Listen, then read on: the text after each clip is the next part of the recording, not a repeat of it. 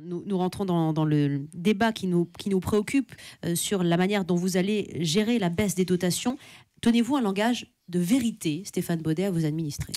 Oui, bien sûr, et pour le coup depuis des années, et c'est d'ailleurs la preuve pour moi sur le terrain que l'incompréhension est encore très très forte et que l'effort de pédagogie à faire par les élus à l'endroit de nos habitants va être considérable. Je vais donner un exemple très concret. Le sujet sur lequel je me fais le plus tirer les oreilles par mes habitants, c'est le fait d'avoir arrêté depuis 3 ans les décorations de Noël.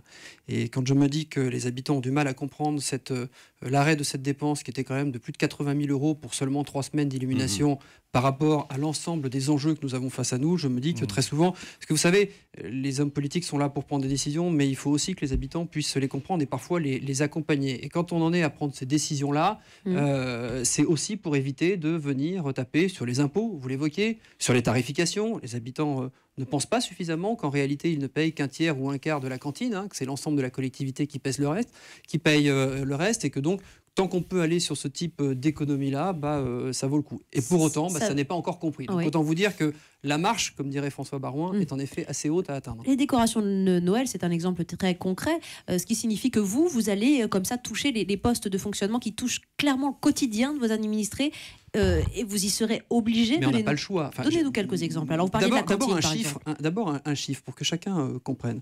La dotation globale de fonctionnement pour une ville comme la mienne, Courcouronnes, 20 000 habitants, elle était de 3 500 000 euros par an en 2010. Oui, mais elle sera d'1,4 million en 2017. Ah oui. 60% de moins. Donc il y a un moment où nous ne sommes pas des magiciens, nous gérons des vrais habitants sur le terrain, mais nous vous gérons ne vivez des services publics. Seulement grâce à l'aide de l'État et de cette dotation, Stéphane Baudet. Non, fort heureusement. Oui, le ministre du Budget dit que c'est à peu près 28% de ce qui vous permet de vivre. 28%, c'est donc pas, c'est donc oui, enfin, vous savez, donc un pourcentage, mais pas l'essentiel. Le budget d'une collectivité, le pouvoir politique qui est le nôtre, d'une année sur l'autre, sur son budget de fonctionnement, il est à peine de 5%.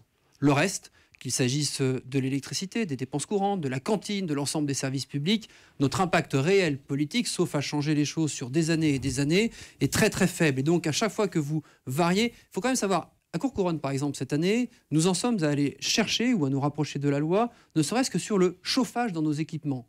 Pour vous montrer jusqu'où on va pour chercher des économies, la loi nous impose par exemple dans les gymnases que la température minimum soit de 19 degrés. Chez nous, elle était couramment de 20 ou 21 degrés. Le simple fait de la ramener à 19 degrés, ça nous fait économiser 64 000 euros. Voilà aujourd'hui ce qu'on est en train d'aller chercher. J'entends bien, mais clairement, ça ne finira pas par suffire. Vous n'avez pas répondu avec précision à ce que je vous disais. 28% de cette dotation globale de fonctionnement, donc c'est 28% de votre budget, peu ou prou. En moyenne, oui. Bon, vous ne vous reposez donc pas essentiellement sur cette dotation, et heureusement, sinon vous seriez très pris à la gorge aujourd'hui. Les autres pourraient être justement ce que les auditeurs qui sont autour ne veulent pas. Ce sont des impôts qui, évidemment, peuvent être une recette que l'on appellerait dynamique. Si on peut éviter de toucher à celle-là, ce serait pas mal.